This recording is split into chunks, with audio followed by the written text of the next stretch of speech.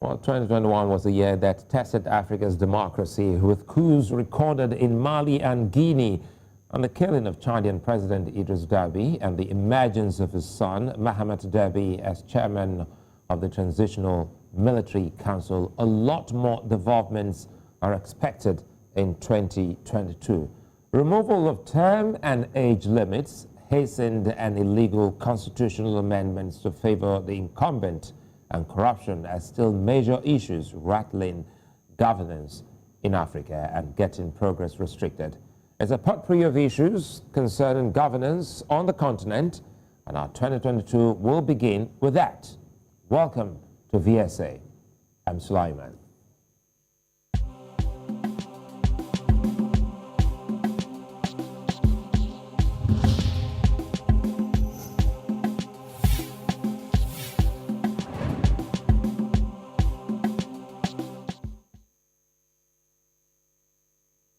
It's an election year in Kenya as President Uhuru Kenyatta begins his final lap in office. With notable achievements in his name and some controversies in the process, Kenya's regional politics comes to the fore again. The next president is unknown, but some notable names are making the rounds, including a perennial candidate and a current number 2. In Sudan, where Prime Minister Abdullah Hamdok has resigned over his inability to keep the country in peace, there are palpable fears that the country's past 2 years of gains from the post-Omar Bashir era may have been lost to a month of unrest. The rise of the military and their rejection by the pro-democratic nationals has also become a meat too hard to chew.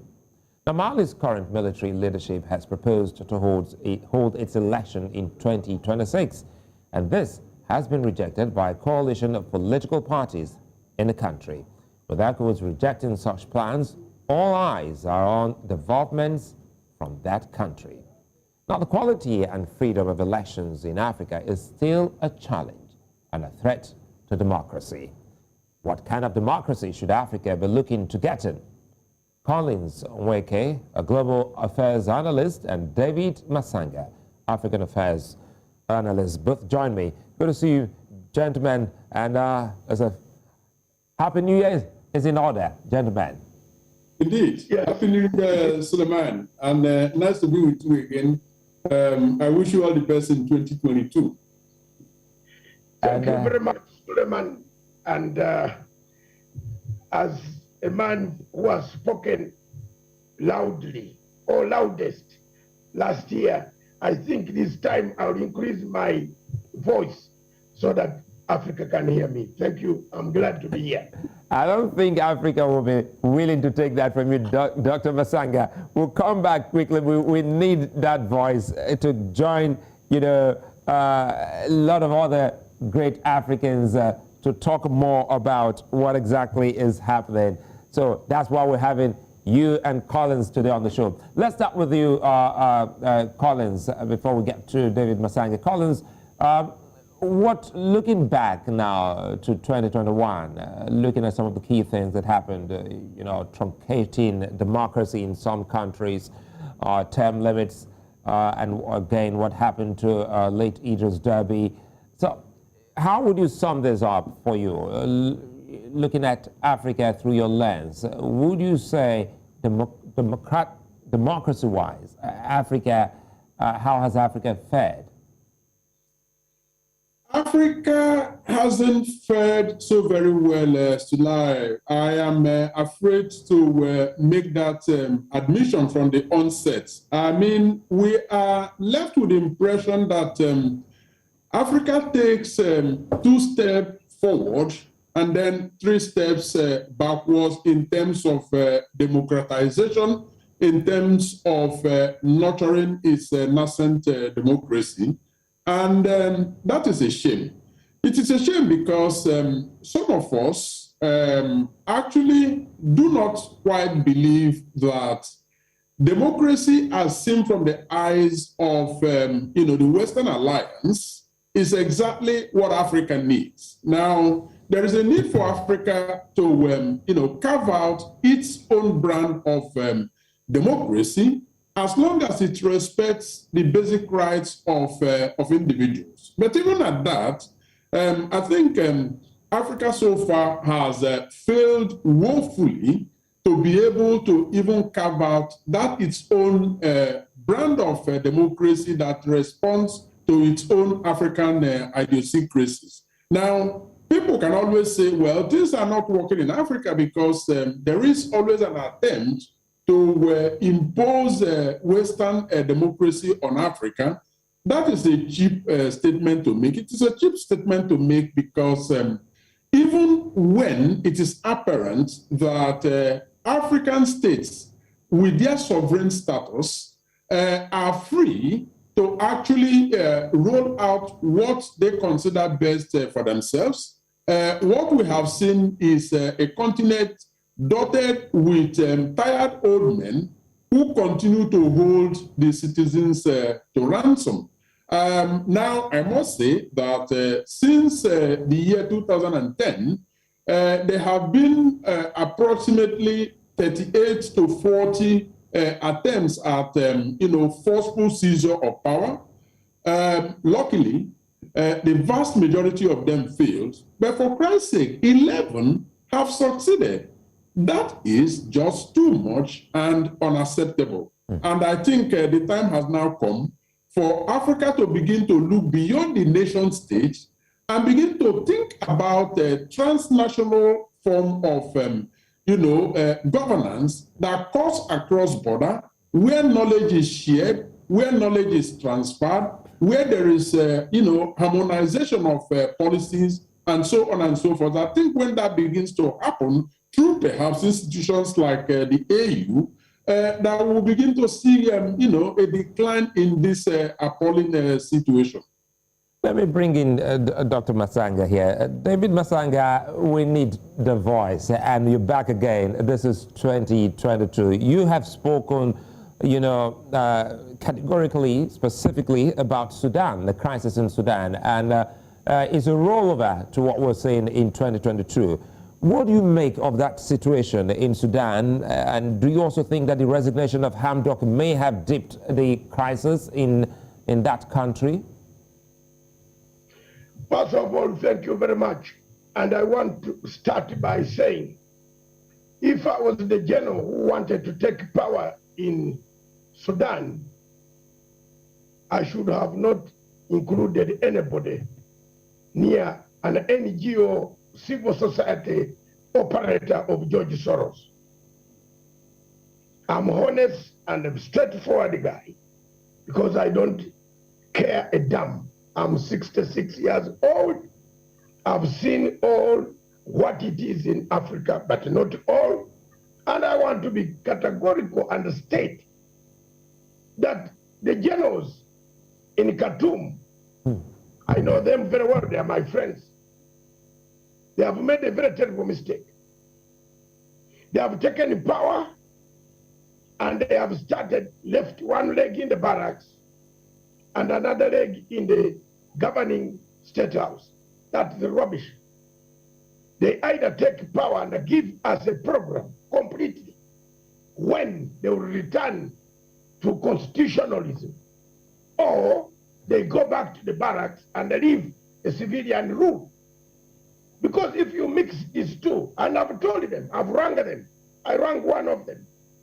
I told them one of the problems of Sudan is the question of ICC. The Americans are pushing the current administration of the Prime Minister. They want to hand over Bashir.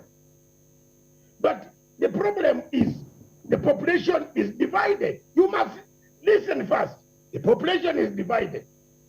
If you hand over Bashir, we did the Darfur peace agreement with Mbeki. Darfur has reconciled. They are part and parcel of Sudan.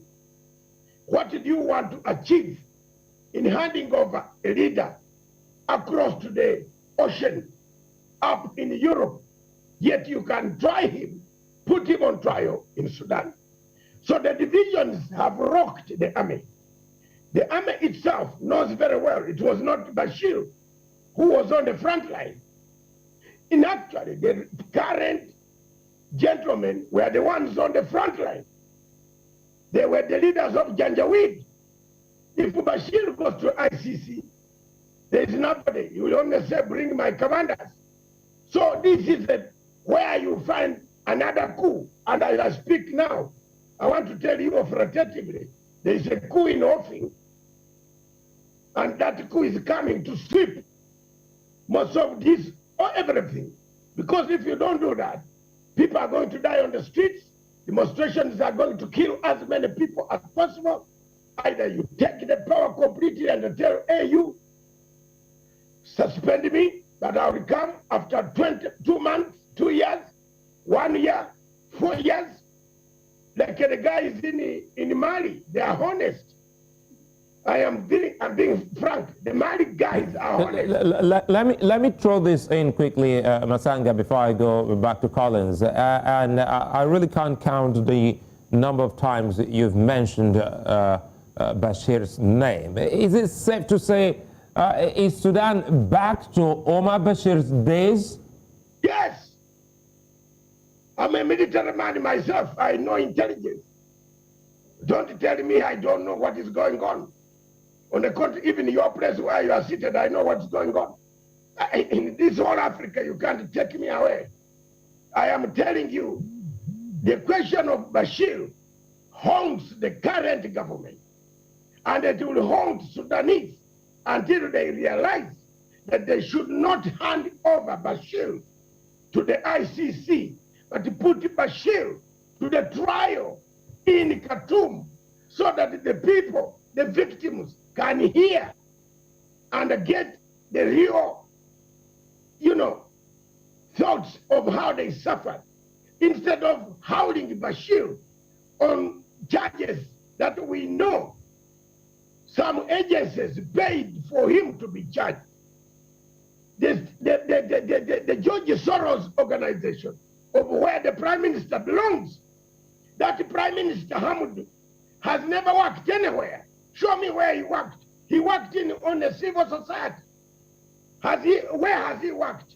Show me. I know him in and out. He was in Kenya. I know him. He's a civil society activist. And he's an activist for the West, not for Sudanese. So somebody in America is pushing a button to get the entire system, like they pushed a button in Ethiopia. Gentlemen, let's not keep quiet, my brother. No one is shutting anyone. We'll continue. I'll come back to you so that we can stretch that. If you have any proof to, buttress that point, we'll let you have that. Let me quickly. All right, Matsanga, let me quickly bring in Collins here. And Collins, listening to Matsanga, and also specifically, he said the days of Omar Bashir, are back before the people. Now, how significant, talking about democracy on the continent, how significant is the will of the people to stay on the streets, as we've seen in Sudan, despite the force applied by the Sudanese government? Well, first and foremost, I believe that anybody who try to undermine the virulence of the voice of the civil society is actually doing that, at his or her own risk. We have, seen that play out successfully in a number of African countries where rulers, they are no leaders, where rulers have felt that they can do and undo.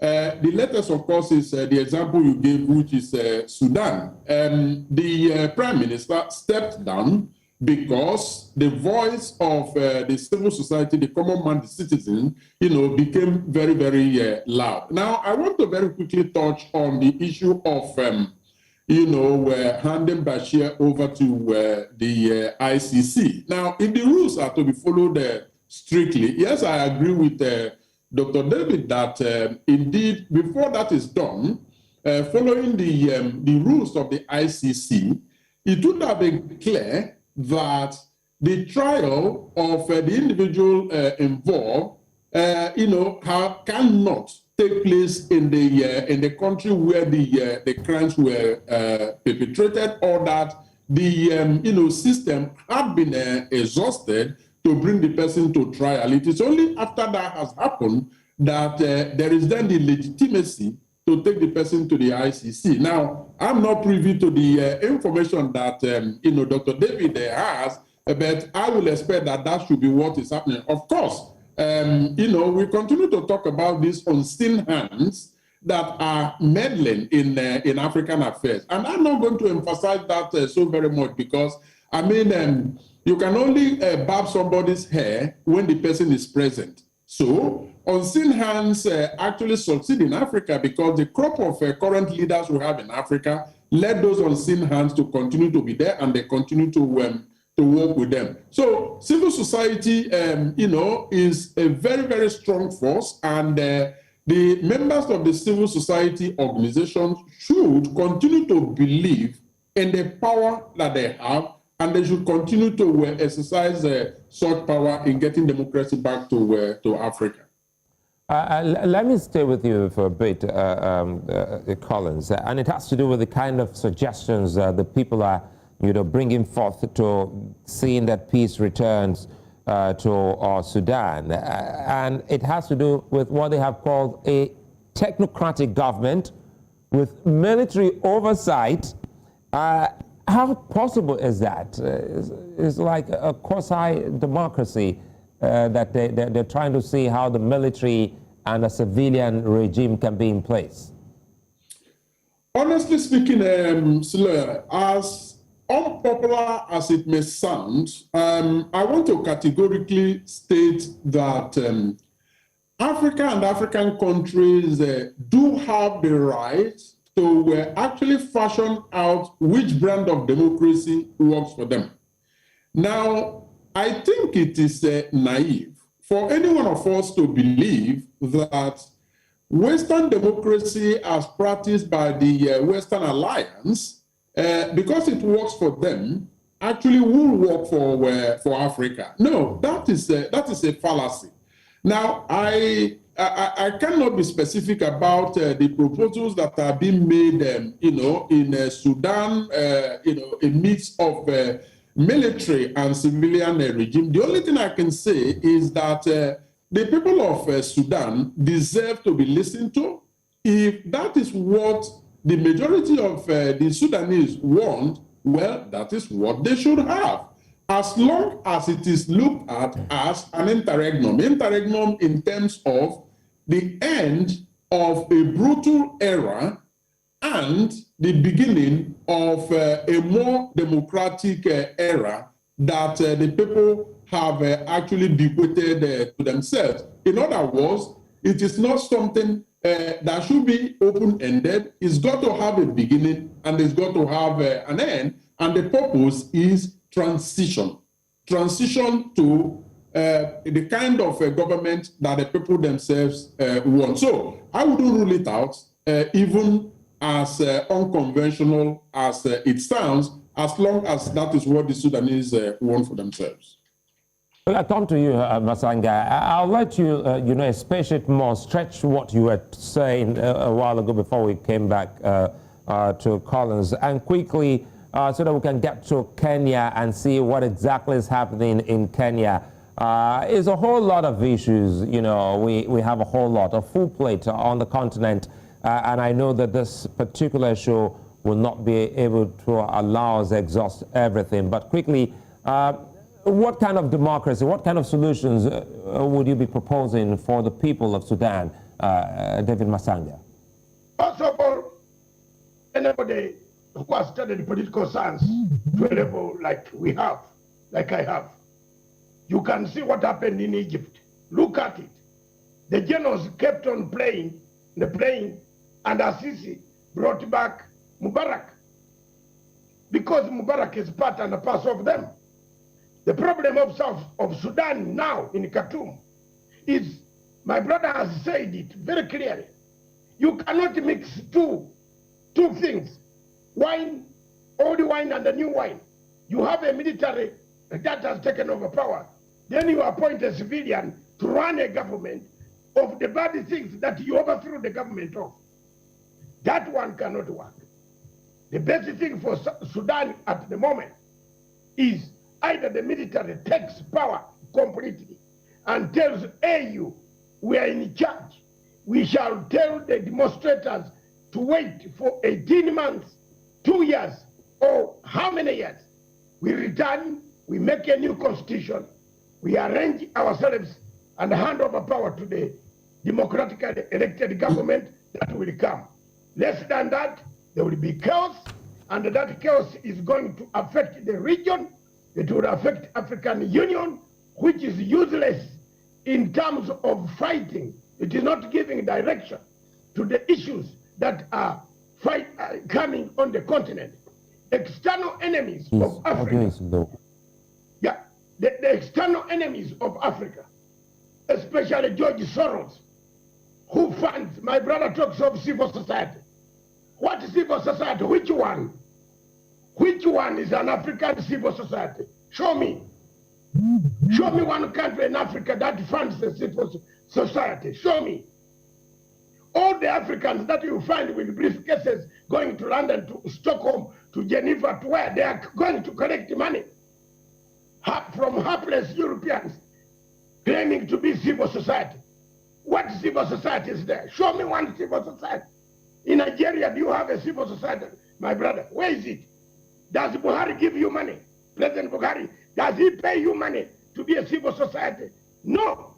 All civil societies receive money from George Soros, and they determine our agenda on African continent. That is why Hamduk has failed, and I repeat, has failed. He's being used by George Soros, and the generals are not accepting. The generals have found out that if they hand over Bashir to the ICC, Bashir will simply tell the world, I am not the one who was on the front line. It is them, the generals themselves, who were commanding Janjaweed, that was killing people.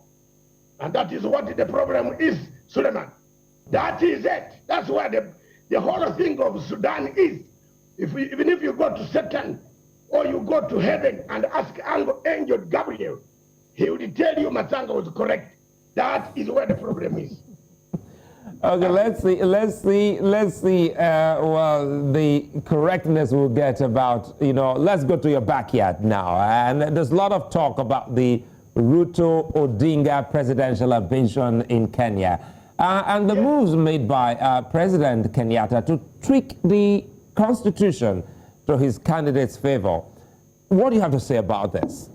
Which candidate? Kenyatta has no candidate. Kenyatta is my friend. He's a Pan-African. The one Pan-African you have. The one Pan-African you have, whose blood flows from the father, is Kenyatta. Kenyatta is a good Pan-African president. He doesn't have a candidate. He hasn't even decided on which candidate. Kenyatta only said, we cannot leave a country to a thief. We cannot give a country to a thief, a man who is going to sell even the land title of State House. Do you know there are some presidents who can sell the land title of State House? My brothers, you have lived in a country where there have been 16 presidents. Some of them have done very dangerous things, which I cannot name here. So you know very well that leaving a country in hands of a thief, who is going to be a thief, who is going to sell even the country, whose agenda is to create violence, no president on the continent would like to do it. So what Kenyatta has done, and what Kenyatta wanted to do, and intends to do, I am authoritatively saying, intends to do, is to leave a united Kenya. Kenya united under the umbrella of unity of purpose, not a divided, fragmented, dismembered Kenya. A dismembered Kenya in the region will create a dismembered Uganda, Sudan, Somalia, Tanzania, and others. A dismembered Kenya in the region can create havoc for all of us in the African Union. What President Kenyatta is doing He doesn't have a candidate preferred, but the elections are 6 to 7 months away from now. Kenyatta is simply saying people should think of unity, of purpose. Think of a united Kenya first. That's why he introduced the BBI with Raila Amolo Odinga. If they had not shaken hands, Kenya, where we are talking from, would not be there. It would be gone. It was burning. Do you know why Kenya every 5 years, there are dead bodies? On every 5 years during the elections, Kenyans move very nicely. They eat food together. They drink together. But when you mention the word elections, they start preparing for how to fight. And that is the thing that Kenyatta wants to change. I think that's the part, sorry to bother, that's the part I love Collins to speak to, because of his area, again, of expertise, working with grassroots and people. You know, he said something about, you know, the peace, specifically in Kenya. But once election comes, people are divided. It's almost the same thing, Collins, here in Nigeria. As you get to an election year, you get to see a whole lot of, you know, stories about individuals who were once friends and neighbors, and all of a sudden something just to pull someone down. How can Africa get out of such kind of politicking, Collins? Well, I believe that the most effective way to, you know, get out of such menace of, like we say in Nigeria, knocking heads together, is through, you know, more political education, more sagacity in the way politics works. I remember a recent conversation with a former ambassador of United States of America to Nigeria, and he made he made the same point, similar to what Dr. Matsanga made when he said that you know, in 5 years they eat and you know, they dine and wine together, and then closer to the election, you know, the one way or the other, you know, put one divisive element or the other amongst the people, and they begin to fight. And now, let me tell you what they do when these people are busy fighting. In the dark of night, they meet each other and then begin to share the commonwealth of the people. These same people that are perceived to be fighting, they are not fighting. They are united when it comes to how to, you know, loot the spoils of politics. So they just cause those artificial, you know, artificial conflicts to distract people and begin to do what they are doing. Now, Africans have got to get wiser. Young people have got to understand that you cannot be the hitman of these people. If they want hitmen, they should use their children who are the same age as you. And look around, you're not going to find those children. They are tucked away somewhere in Europe or United States of America, living out of the commonwealth that was supposed to be used in taking care of you as a young people. So I believe that the most important lesson, the most effective way to go about this is through voter education. Individuals have got to start understanding that their interest is not what those people have at heart. And then another important thing is this. Underlying all of these troubles is the level of poverty, because the young people we are talking about, you know, they have nothing to fall back on. Somebody who hasn't you know, kept a steady job in many years, yet is a master's degree holder. Somebody comes in with a paltry sum of 10, 20, 50,000 naira, which is less than $100, gives to the person and says, I need you to kill A, B, C, D. Well, they have no remorse. They need the money and they take it. So as long as poverty prevails in Africa, we will continue to find you know, those problems. So at the root of it is poverty and fighting and combating poverty, so that when you begin to send that message of non-violence, don't listen to them, they don't care about you, they will have a place to sink down. So those are the two cents that I will probably offer on this. I can't hear you. Can you hear me, Dr. Yes, Matsanga? Yes. Oh, great. We'll take a moment. When we'll come back, we want us to start talking about some, solutions. Specifically, we'll also be looking at the peace, a brother who, how do you call it? Hand of fellowship that Kenyatta stretched out to political adversaries, and how that has brought about the peace Kenyans are experiencing now, and see if other Africans can also copy from that. That's when we return. Stay with us.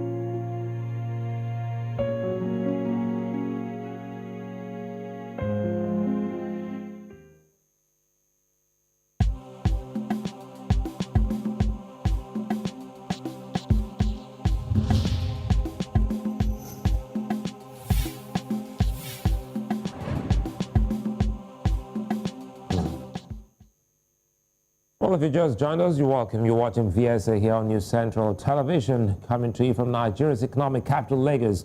Now, an election is expected to be held in Chad in the second half of 2022, but like Mali, possibilities of the military seeking a longer transitional plan arrive. Now, in October 2021, when Guinea's interim president, Colonel Mamadi Doumbouya, assumed power, he said the civilian rule will be restored, and he or any member of the Transitional Council will not be allowed to run in future elections. Now, the date for the next election, however, is yet to be known. In Ethiopia, the government of the country is still at war against the rebellious Tigray region. Death, displacements, and other damaging consequences of war have left bold fingerprints on the country. The future is in sight, but the present leaves little to savor.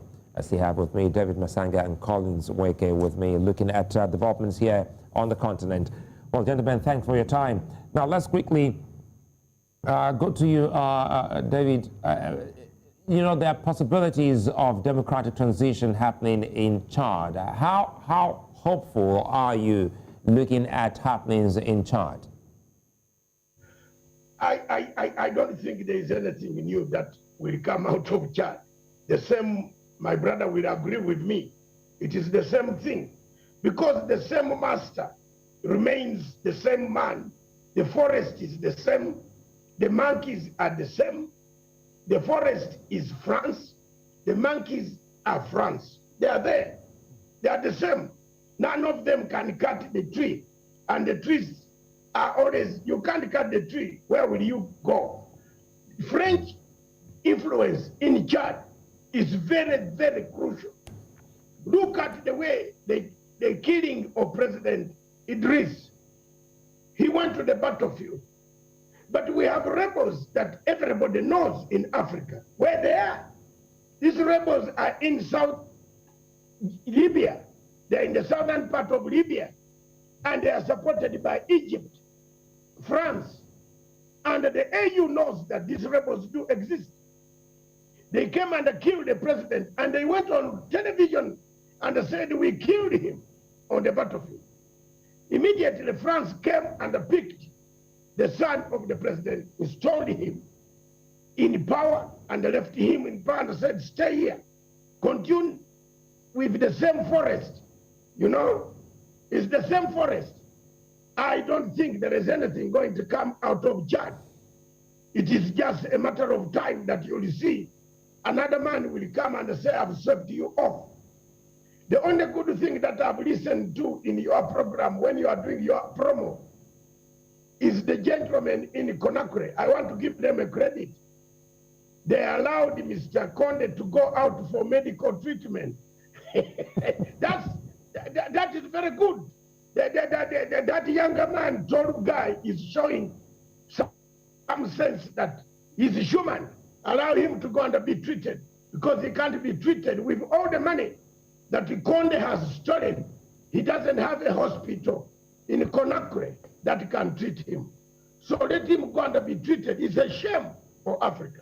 So the question of Chad is just another failed African misery. I don't think there is anything going to come out. The soldiers are right to ask for, can we have a better transition, helped by the AU, of course, to transit, to educate people. My brother touched something very important, of poverty. It is poverty. People are not, you see, you come with $200,000, you can win an election in any part of Africa. If you have $200,000, you change it, you will be hiring helicopters. Poverty, you are right. But the problem here is this, and I want to pose this question to my brother who is a governance expert. Does Africa need elections? Have you ever seen, what do we need elections really? When elections are for beating people, we are preparing for elections to beat people, to beat, you are preparing your own taxpayers' money for you to be beaten on election or after election. Look at all the elections that have taken place apart. In yours in Nigeria, one was even suspended 1 hour before the polling station is open. Is that an election? In Uganda, you see, people are still in court. Some have broken legs. Limbs are broken. See, look at Somalia. It's election. Look, go to South Sudan, Riek Machar, Salva Kiir, election. It's election. It's a problem. Does Africa need elections? Isn't it time, I agree with my brother there, for Africa to think twice? There are no people in Africa apart from Goodluck Jonathan and Mahama and maybe another person in South Africa who hands over power peacefully, and now Lusaka, Zambia. The rest of power in Africa is handed over through tears. There is the Goodluck Jonathan handed over power. He said, you have defeated me, I will wait for another time. Look at the men you are showing there. One of them, the one of Cameroon, has been there for 42 years. Even some of the children have died before he's still in power. Does Africa need elections? I want to ask one question, as I leave my brother to continue to talk. Have you seen an MP from China? If you find one member of parliament of China, bring him to me. I'll give you $1,000. Please. If you find one, let's allow Collins comment. I think you know as laughable it may sound, Matsanga, but these are germane points. These are pointers for Africa and Africans to really think of. Let's allow Collins weigh in here. And Collins, it also has to do with some of the key things you have once highlighted, talking about term limits and versus development on ground. For Dr. Matsanga, he's asked a big question: how good, how important is an election in the life of an African? But quickly, let us in on your reaction and how best the continent can move forward, looking at what is happening in some parts of the continent. The continent has got to have very honest dialogue amongst members of the citizenry. That is going to be the start of it. And like I prefaced, you know, at the beginning of this conversation, Africa has got to develop its own brand of democracy, and I believe that there is acute lack of intelligent conversations and instruments, policy instruments, to empower Africa to be able to do the sort of things that they need to do. I'm talking in this instance of transnational governance, because governance has become so important that it is not something you leave to a nation state. And that is one of the reasons that we see all sorts of fragmentations in Africa. I think the time has come for the AU and other bodies to begin to, you know, support initiatives around transnational governance. That is number one. And the reason it is important to do that, and that's number two, is the fact that even in international law, there isn't quite a clear definition of what sort of government that any nation state could have. It doesn't exist anywhere. I mean, the strongest indication of the sort of government that a sovereign nation can have is actually a conference that took place in France, I believe, somewhere around 1965, where, as a matter of fact, what they did was actually tying development aids to democratic governance. So what that meant essentially, talking about the same France, was that their own system of government was then imposed especially on the former colonies of France. Of course, we all know the stories of how the economy is you know, very tightly tied to French economy. But of course, we also have the OAU, now African Union Charter, that spelled out a number of things that they consider unconstitutional in terms of military takeover of democratic governance, and then the Lomé Convention of you know, the year 2000, as recently as 2000, that actually zeroed in more on that by spelling out a number of things that are unacceptable. But you see, when it comes to the reality, those things that are mentioned are not there, because on paper, the policies are very fantastic, but enforcement is the issue. That is why today we are having conversations about military takeover of power, and there are negotiations with them. Because as a matter of fact, it should not be tolerated in the first place, because that is what the AU Act actually stated, and that borrowed from the OAU you know, Charter of 1963. So you see, enforcement has got to continue. And finally, I just want to make this point very clear. I do not have you know, the ready-made answer to say that elections in Africa are the best for Africa, but I would say that whatever government that Africa wants to bequeath to itself is something that they need to independently do. I do, however, wonder how you can have the will of the people expressed if that doesn't happen through elections. So to know what the African people are thinking, what their preferred system of government is, they need to speak out. And the only way to do that, I'm afraid, is through elections. But the nitty-gritty is something that has to happen through an open, transparent, and independent dialogue, devoid of any Western alliance interference. Before I go to David Matsanga, let me quickly allow you to talk more about this election quickly, if you will, because it doesn't look as if elections, or rather, do elections truly bring up the best candidate?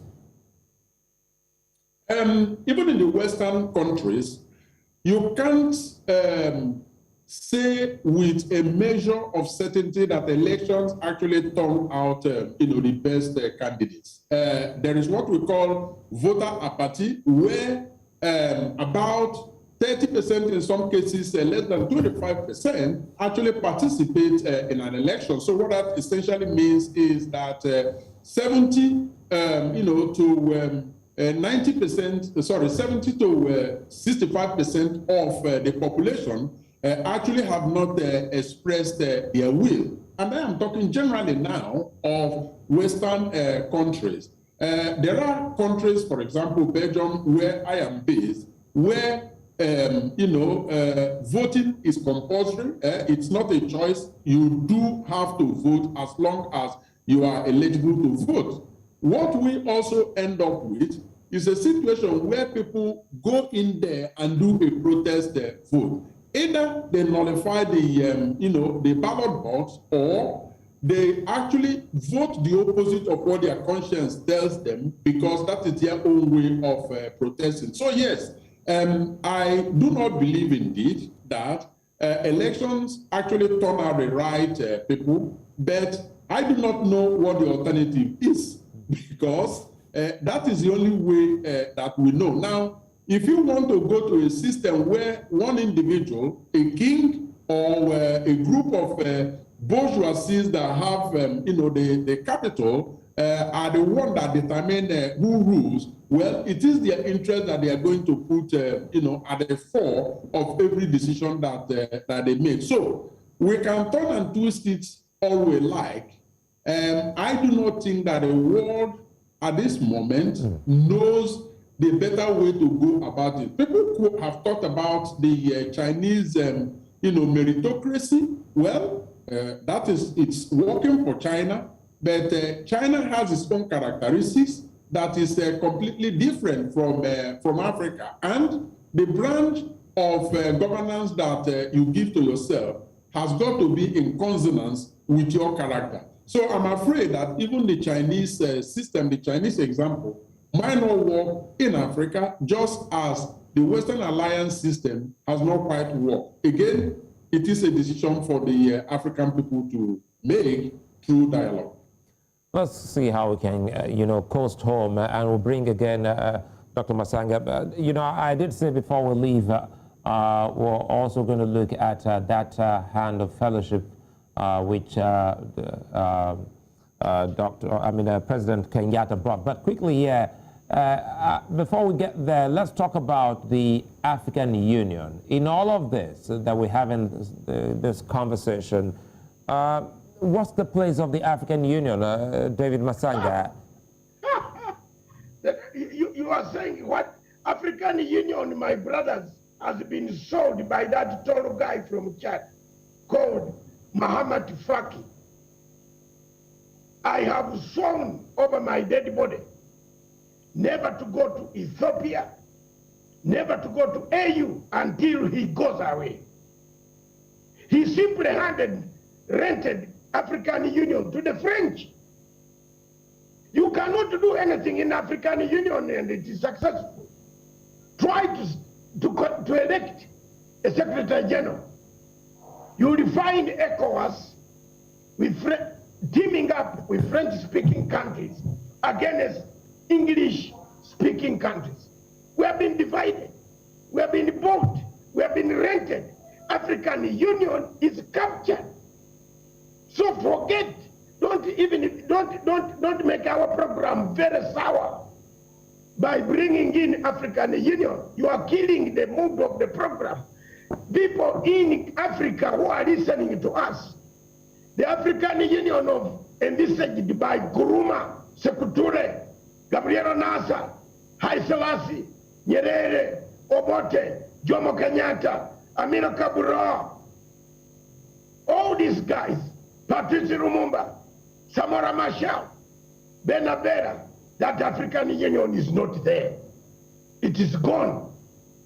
It is gone, rented to the French. They man it, they pay for it. If they want you, they come for you.